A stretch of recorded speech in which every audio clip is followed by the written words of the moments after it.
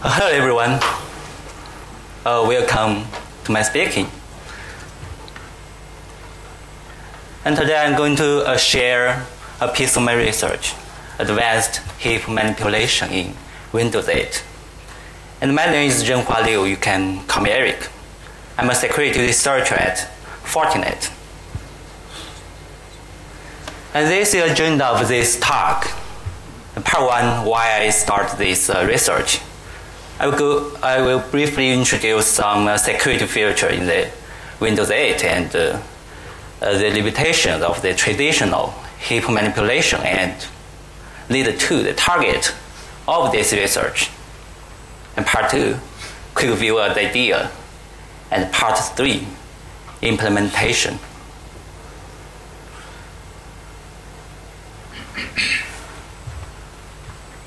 Memory corruption vulnerability are getting more and more difficult to exploit, thanks to exploit mitigation improvements introduced in modern operating system.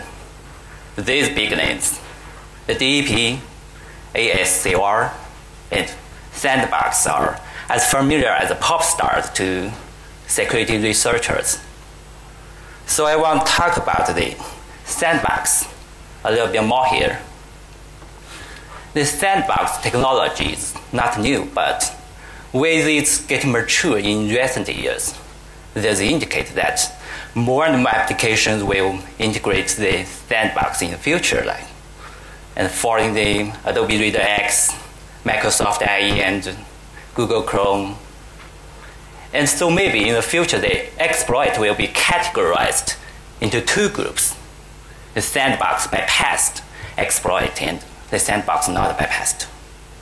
There are several ways that could bypass the sandbox and pushes my research work to these directions. The kernel vulnerability and a third-party plugin which are not implementing inside the sandbox to find the vulnerability in there. And the sandbox vulnerability itself. And respectfully speaking, the sandbox technology could be marked as a milestone in computer history, as it has increased the cost of attack into an amazing degree and makes the cost of attack and the benefit attacker will gain balanced. Let's turn our face to the kernel side.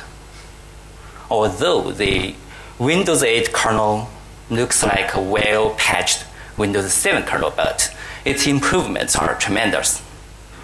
Almost every public known exploit method in kernel pool overflow have been killed by these improvements. Now dereference protection. Attackers cannot map the no memory address anymore. Integrity checks. The attacks that are trying to compromise the metadata have been killed, and non-paged pool and SMAP. Attackers have to find the better way to place their shellcode and enhance the ASCR. To exploit in the kernel pool is much more difficult than ever. The metadata in the user heap have been well protected before Windows 8, and in the Windows 8, it have introduced the non-determinism. With the introduction of the randomized LFH allocator, and the heap manipulation is difficult in Windows 8 user heap. And what's left to the attackers? This picture is copied from Matt Miller's slide. On your left side, a coalesce on link overwrite. That was our good old days to have generic heap overflow, but it had been killed by siphon linking in 2004 with the introduction of Windows XP SP2, and this year is the 10th anniversary of its death. It is foreign attacks trying to compromise the metadata by attacking the locus list attacking the free list, attacking the heap cache, and so on.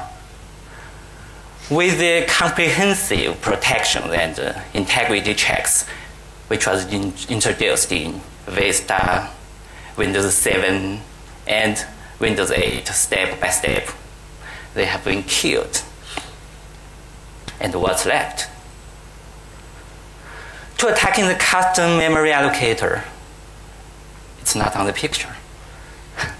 To attacking the custom memory allocators in applications, I have two questions to this custom memory allocator. Have you well protected your metadata? Have you introduced the non-determinism? Attackers are trying to attack the new metadata, which introduced with the new LFH allocator. But it is underprotected by the guard pages in Windows 8. And what's left? Application-specific data attacking. As the applications are various, it's almost impossible to protect every data they're using, and that's a feature of the exploit and use after free. People could hear it from the zero-day news from time to time. And these two kinds of attacks, application-specific data attacking and use after free, are greatly rely on heap manipulation.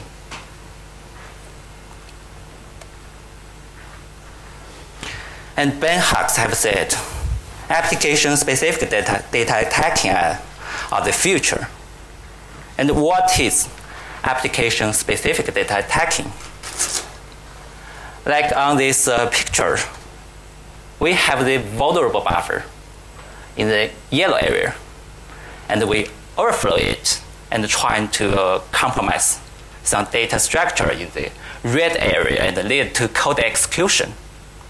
And the most important part is these two parts are adjacent in memory. And how to achieve that? How to achieve heap manipulation? People have created a heap function. The first word is Mandarin, and which means phone as a wind, she as water. This picture, we have a nice wind, nice water, beautiful view. Do you want to live in it?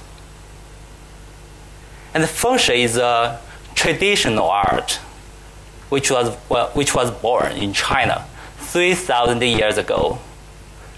It is a complex body that is trying to balance the energies of a given space to assure the health and good fortune for people who live in it. And I guess Alexander takes use of this word into computer is to trying to find a better place for the vulnerable buffer to assure the health and good fortune for the exploit, like have a better price.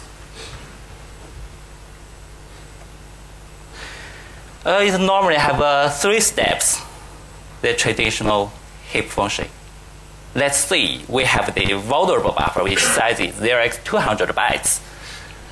And the first step is to defragment the heap using lots of allocations of this size of block.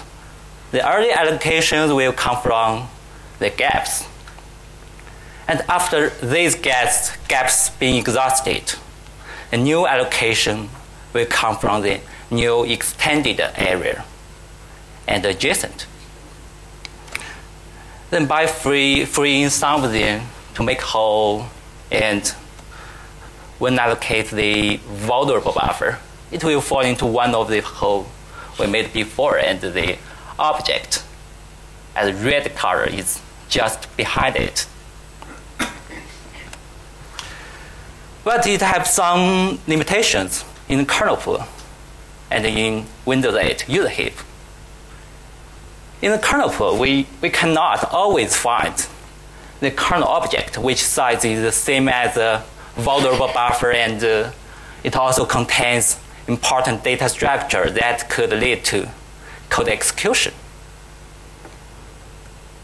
And in the user heap of Windows 8, the defragment process will trigger the LFH for this size, and when allocate the vulnerable buffer, it will go into another way, a randomized way, and not fall into the hole we made before. So the target of this research is to let the arbitrary vulnerable buffer adjacent with arbitrary data structure and without triggering the LFH in the user heap.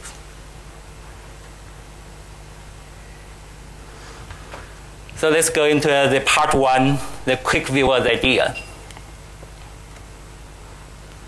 Matt was the paper, Windows Objects in Kernel Vulnerability Exploitation, gave me lots of help to understand the relationship between kernel object and its exploitation, and left something for me to think about.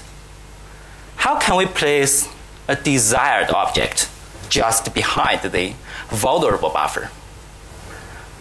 Can we place something else other than object just behind the vulnerable buffer? Before I describe the idea, it is good to warm up with some basics, and only the basics that related to this idea will be talked. It will not take too much of your time and make you bored, hopefully.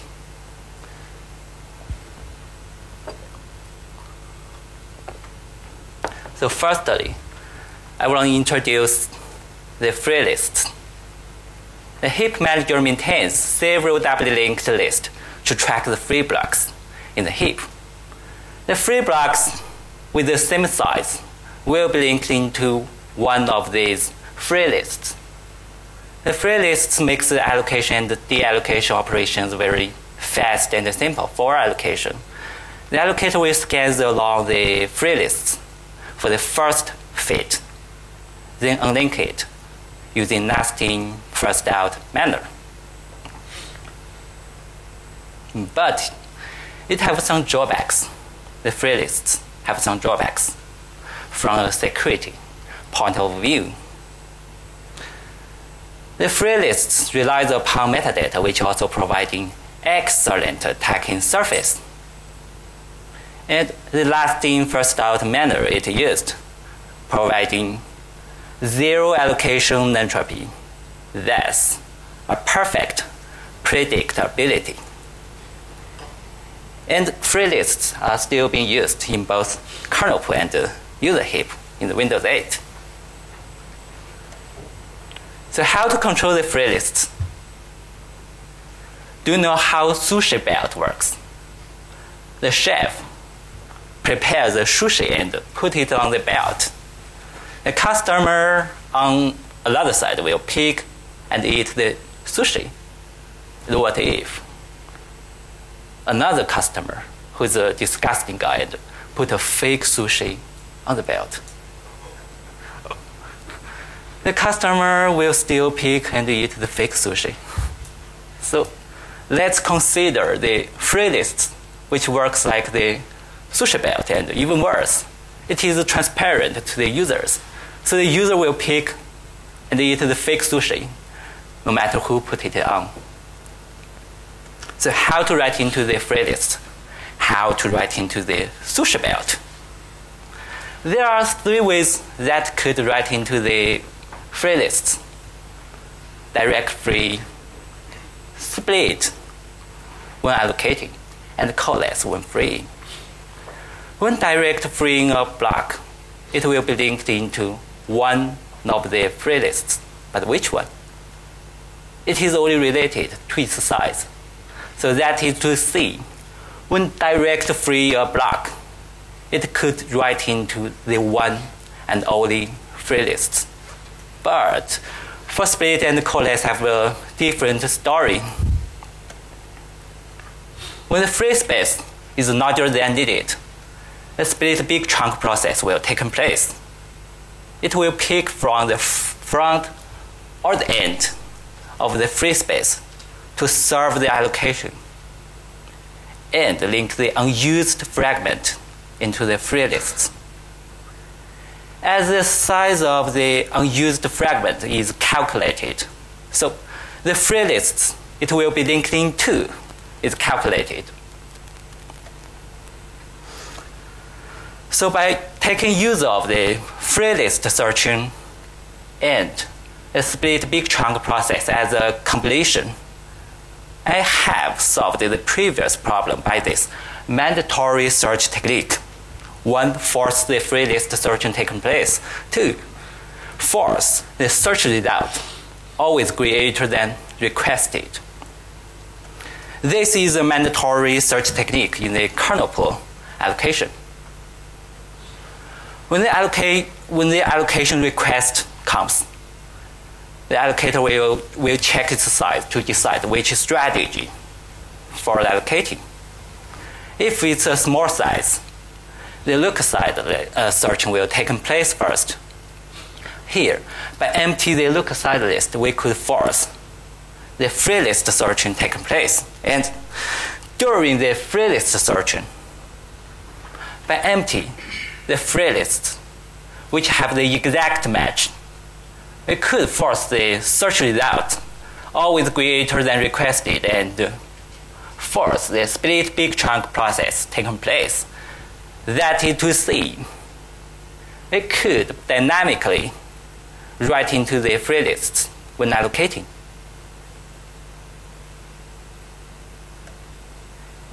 This is a simple example.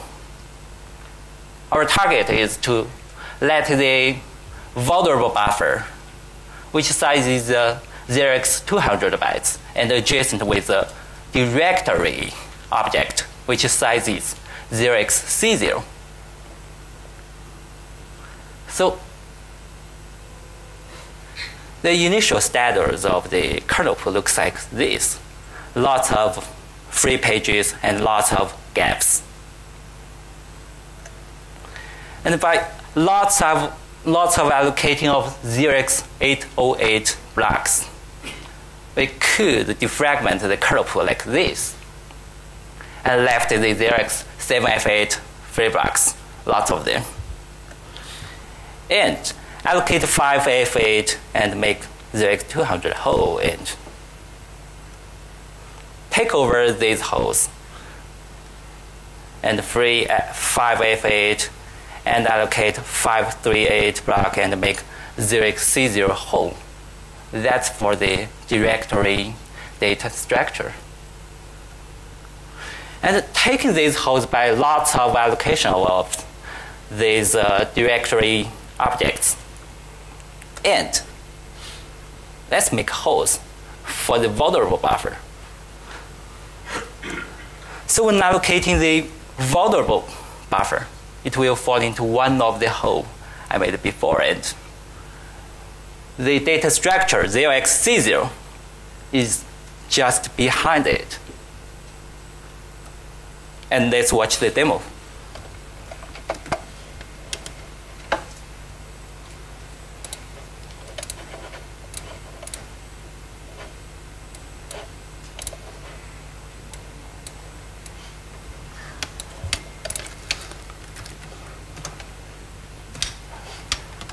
Let's pick a size.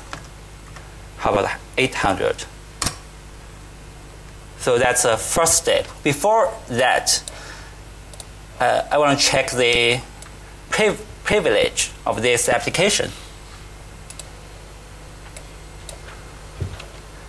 It is here.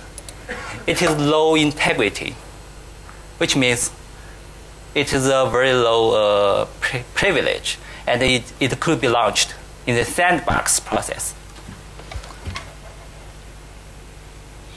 And let's watch the kernel debugger.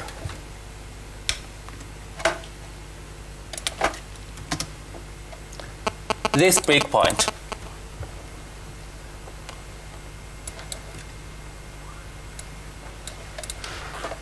is actually an allocate place function, allocate function in the kernel pool. And I'm going to print out the return address of every allocations.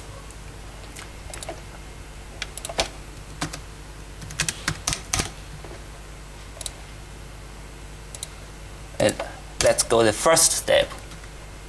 Here we go.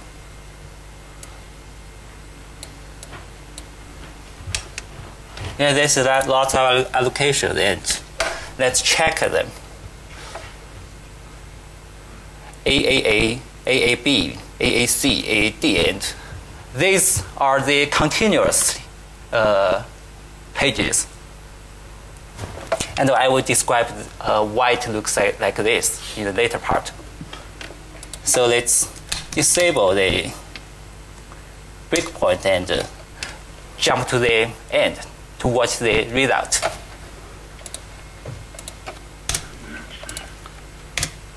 Here we go. This is before the allocating the vulnerable buffer.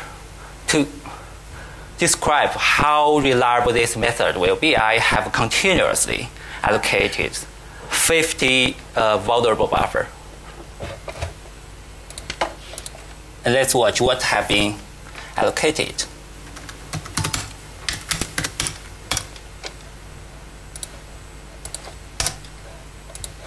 And here we go. They are our vulnerable buffer. And let's check what's behind it.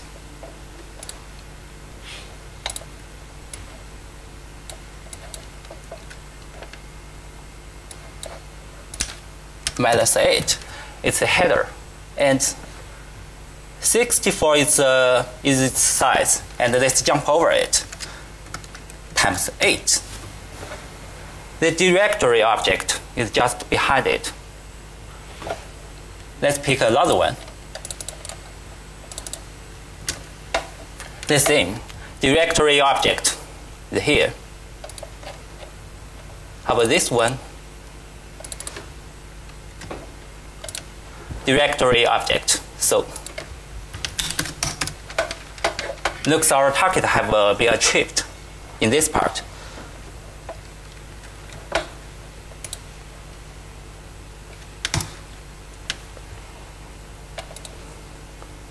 So let's continue. Even have this idea on hand, one might still encounter numerous problems when implementing. So in the following sections, I will discuss the implementation in the kernel and the user heap separately, and more reliable nodes for this method could be found on the white paper later. We have seen this picture before. It's a kernel pool allocator. When allocating request comes, it will check its size, and it will be categorized into small, medium, and large allocation. And there are different strategies for each of them. And it's very straightforward on this picture. This method has some prerequisites. Allocate buffer of arbitrary size and free buffer of arbitrary size. Control the allocation and the deallocations using user mode code. From the user end point of view, we cannot say anything about the kernel layout. So the first question is, how can we control or affect the kernel layout using user mode code? The idea is to find some native APIs or activities like network packet receiving that could actually allocate or free the memory from the kernel pool. And for the paged pool, the APIs that could allocate the Unicode string is a good fit like this. It is called create symbolic link object. And for free, by direct close this handle, we could achieve that. Let's recall the allocation progress for the Xerox 808 block. As it's medium size, So the free list searching will take place first. And after lots of allocations of this size, the free lists will empty. And the kernel pool will be expanded using this function, mi-allocate pool pages. As we can see, the second parameter 0x1000 is hard-coded, which means this is a brand new page. And furthermore, after allocating the 0x808 blocks from the new pages, the free space left, 0x7f8, cannot satisfy the future allocation of this size, and a new page will be expanded again and again. So that's the reason we have seen that in my previous demo. And to allocate the pages from virtual address is controlled by the bitmap. There are some important functions and structures that's using in the bitmap search. Briefly speaking, the bitmap will be searched for continuously free blocks to serve the allocating request. If it's one page, it will come from here, and 2 pages, and 3 pages. And both in 32-bit version of Windows and 64-bit version of Windows, there's no randomness being added in the bitmap search, which result in the continuous allocating the pages from the virtual address. And we have seen the continuous the address in the demo. And if every search failed in the 32-bit version of Windows, the virtual address will be dynamically expanded. And this results in the high address, a relatively high address, could be achieved only through heap splitting. And I will talk about it later. The picking sequence when splitting is very interesting too. This is an empty page. And the first allocation from the empty page will come from the first, and left the free blocks left on the end. But the following allocations, the second one, third one, will come from the end and let the 0x200 holds just in the middle. Let's recall our controlled way. If it's a small pool allocation, it will go to the look-aside list searching, and by empty the look-aside list, I could force the free list searching. And during the free list searching, I will empty the free lists which have the exact match and force the split big chunk process taking place, and split chunks right into the free lists when allocating. If it's a medium allocating, it will go from this.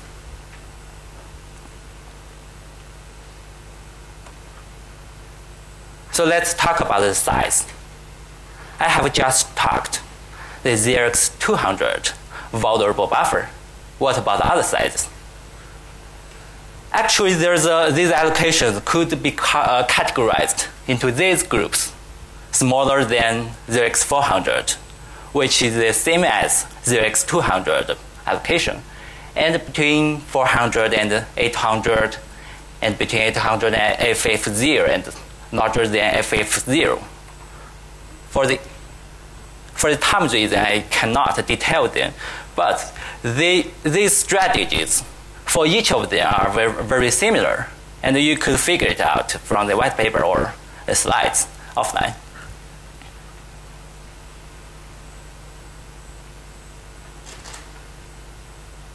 Demo of this section. Well, wrong typing, it will come later. And let's go to the exploitation part. To utilize a Windows object for kernel vulnerability exploitation is to find some data structure like function pointer or index, then use overflow vulnerability to modify it. For example, in the Windows 7, the type index in the object header is a nice choice, and a code execution could be achieved when calling close handle at here.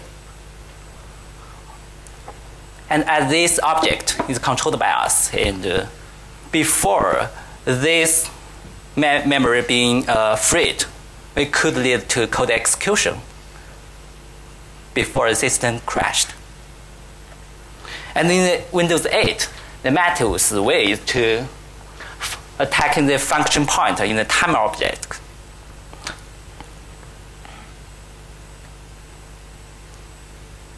And let's watch the demo now.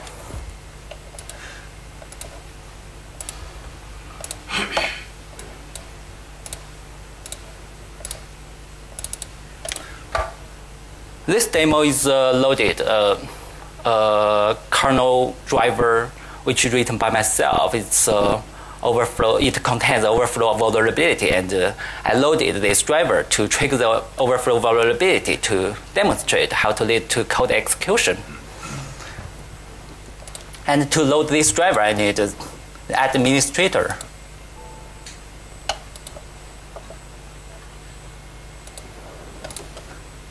Well, we're here.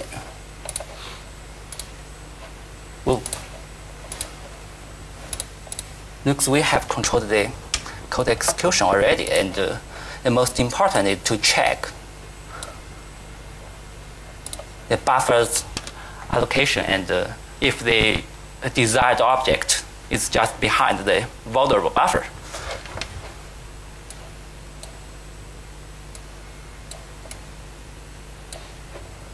So the vulnerable buffer have been allocated at this address, and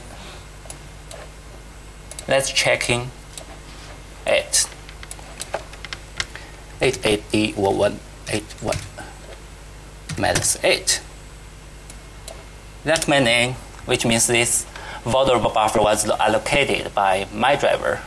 And let's jump out its size, 40 times 8. That's a timer object just behind it.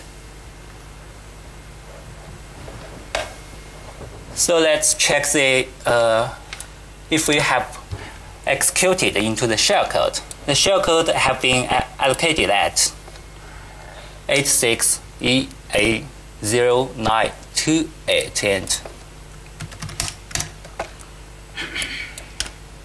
that's the EIP. It's the same as 86EA0928, which means we have controlled the code execution. And it's here already.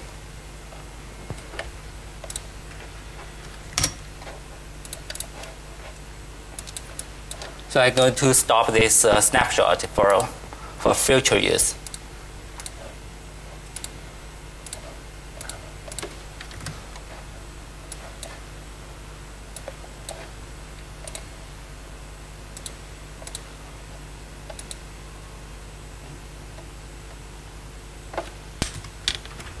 And there's one more part to exploiting the write what where vulnerability. The key factors for, my VMware on the snapshot is on the laptop is very slow.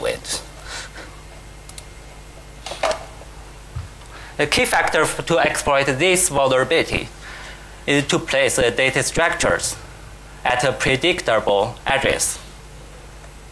Let's see, it's this address. It is a relative high address, which could be achieved only through heap spree. And our kernel manipulation method could help us to place object like this. And we could place the object at the 0x48, and this street address could be calculated. And it's very simple, and I don't need to demo it, I think. So the last part, implementation in the user heap. This is a user heap allocator, and it's very similar to the kernel allocator. When allocation request comes, depends on its size, it will be categorized into small, medium, and large. There are two important values, 0x4000 and 0x7FFFF, to categorize these allocations into small, medium, and large. When the allocation size smaller than 0x4000, the AFH allocator will be checked first to see if it's being activated for this size. If not, the backend allocator will be used.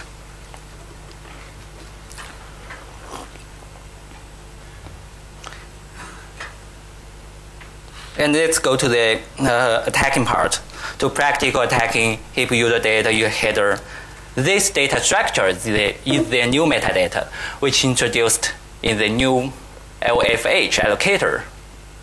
This idea was brought by Chris, and as a note, to compromise the metadata is to try to compromise or attacking the data that is not underprotected, like block stride and the first allocation offset. They are plain text and no integrity check. So if these two data being modified, the future allocations will be controlled by us. But it's not easy. There are two challenges. 18 times of allocations will trigger the AOFH for the vulnerable buffer. And 400 times of allocations will trigger the guard pages, and it will like this. When they have been triggered, the vulnerable buffer will be randomly be located at one of the block, and we don't know where is it. And if lots of overflow taken place and overflow into the guard pages, and it will raise the exception, and the game is over. And so the target of this part is to let the vulnerable buffer just be before these data structures without triggering the AOFH and without triggering the guard pages. There are some discoveries I have found, and by taking use of this, I realized I might be able to bypass these challenges by taking use of this mandatory search like this way. One, when the allocated size between 0x4000 and 0x7FFF and the backend allocator will be used, there's no randomness being added in the backend allocator, and we could defragment the heap using the backend allocator. And furthermore, the split big chunk process still exist in the backend allocator. For example, by freeing 0x70,100 blocks and allocate 0x70,000, and we could make 100 whole. And the most important part is we did nothing to affect the LFH. And the third one is the size of the user block. I mean the total size, including the header, every block's the total size is a relative fixed value. For example, there is 200 heap bucket. The first time the LFH being triggered, its size is 0x1FF8, and this value you will see it later. And plus header, the heap header, it will be 0x2000. And by making use of this mandatory search technique in this way, first one, defragment the heap using the backend allocator. The X8000 is larger than the X4000 and its backend allocator. We could defragment the heap by freeing the second to the last and allocate the X6000 blocks. We could make this hole. And this hole is for the user block, for the heap bucket 0x200. And then, by lots of allocations of 0x200 blocks, it will fall into the hole we made. That's user blocks. And first, take a closer look at. That's a header, every user blocks, and we almost be there. And free this block and allocate 5D00, and we could make a hole there. That's for the vulnerable buffer. So when allocating the vulnerable buffer, it will fall into this hole, and the header is just behind it.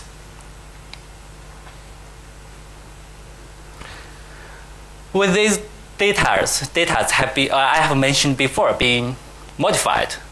So the future allocations will jump out these user blocks, which is supposed to be, and jump into the red area, which controlled by us. And they have some prerequisites in this part.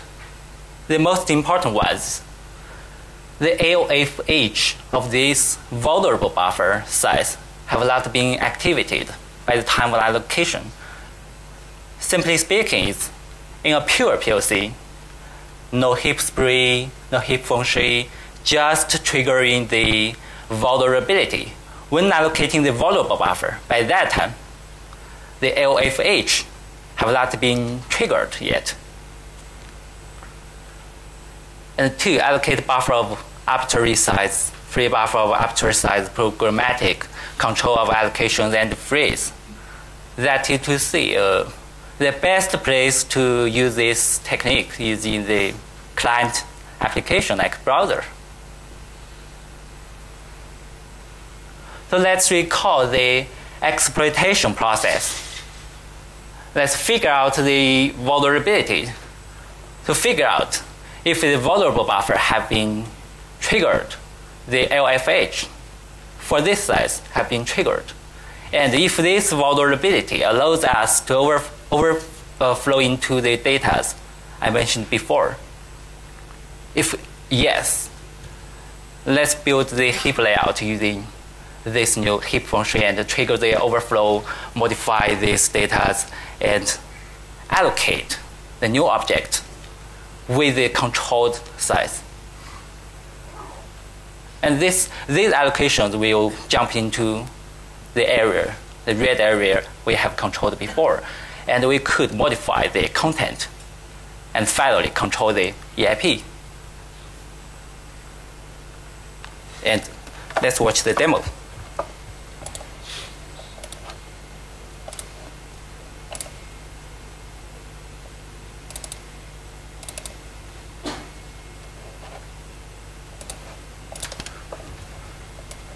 These allocations are the first step to defragment the heap using a backend allocator, and let's pick some of them. C0, C8, D0, D8, E0, E8. They are adjacent to each other and continuously. So then here, we're going to allocate these data structures.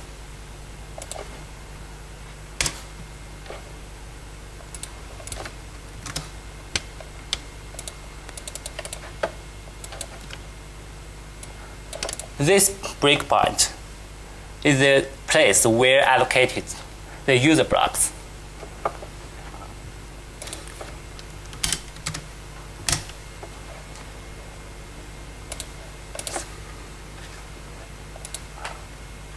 Oh, sorry.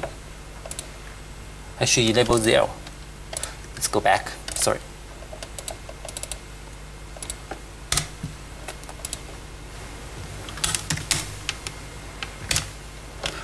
here we go.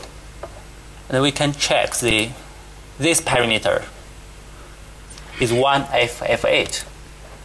And I have mentioned before that's a total size. It have been allocated at this, at there. So the following step is to check if this allocated address is falling to the hole we made before. And the hole is there. 0x81E048. And that's the thing. So it's falling to the hole. And the following steps is to trigger the vulnerability and control the future allocations and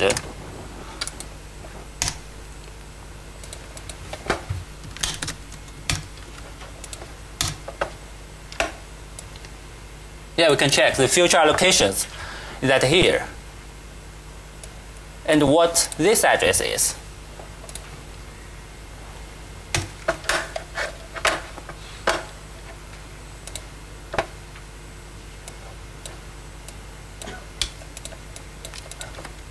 Its size is 0x2000, the user block. So this is the end of the user block.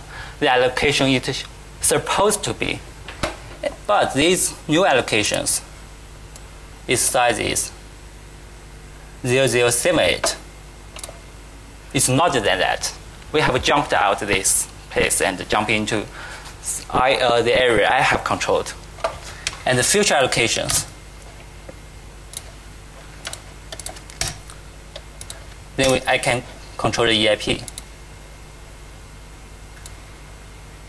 Like here. So let's just see the pure POC without. So yeah, we have controlled the code execution here.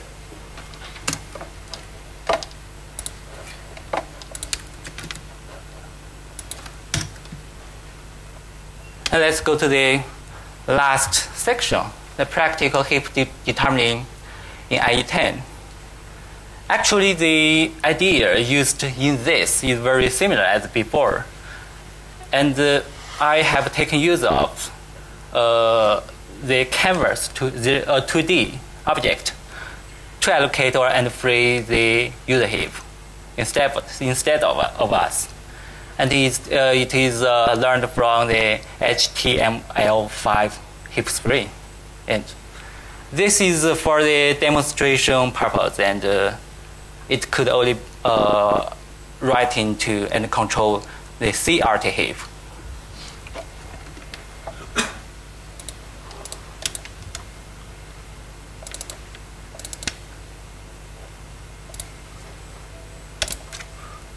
So before that, attach the debugger on it.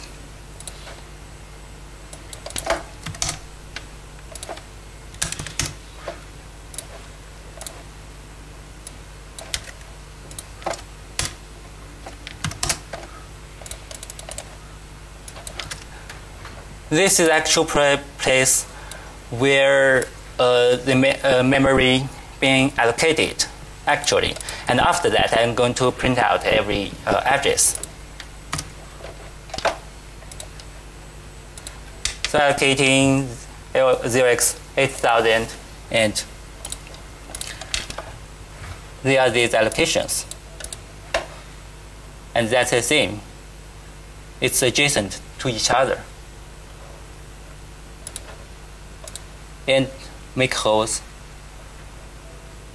So the last step is to allocate the vulnerable buffer, which size is 0x200, and I have allocated 5 of them to see what have been allocated. They're here. Let's check its content. Before it, it's our controlled place, and after it, it's our controlled place. Let's check this one.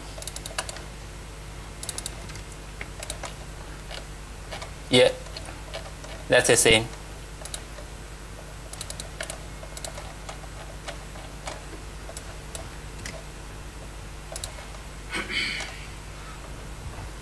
So which means if we could find something like the data structure that contains the function pointer and which size actually allocated size could be controlled by us to find this one and to using them to prepare the heap and place the vulnerable buffer fall into the hole and trigger the overflow. And what the data it could be overflow into is our controlled data structure.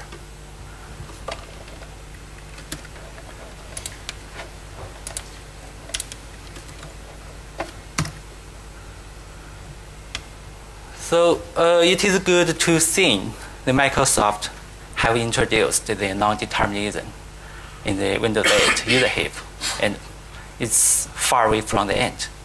As I have demoed, we could achieve reliable heap manipulation in user heap in some circumstances, and reliable kernel pool manipulation. So this is the end of this talk.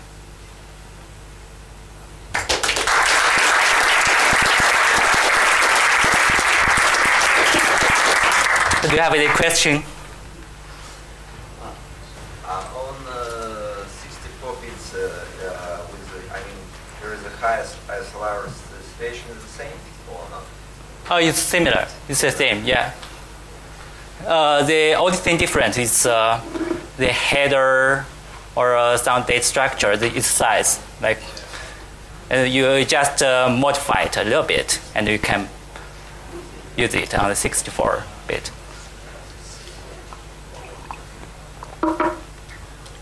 So. In second demo, you showed that in the buffer that the EIP points, there is your just payload, just interrupt free. But how you manage to control allocation of executable pool from the user mode? Sorry? Okay, can you show a second demo? Yeah, sure.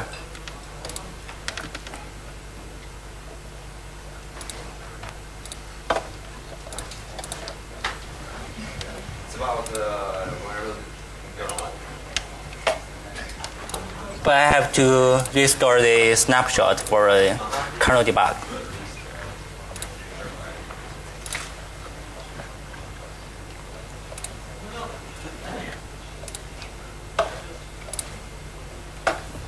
It takes a little bit long because moved the VMware out. Yeah. My question was, point of the demo was to show that the IP under control, or because on Windows 8, because caused by SMEP, you have to, Oh, yeah. You mean? Ideas where to store your payload. Oh, actually, where to store the payload, where to store the shellcode is out of this research scope. So I just allocated. Yeah. So maybe we can check it later offline. Yeah. So thanks for coming. Oh.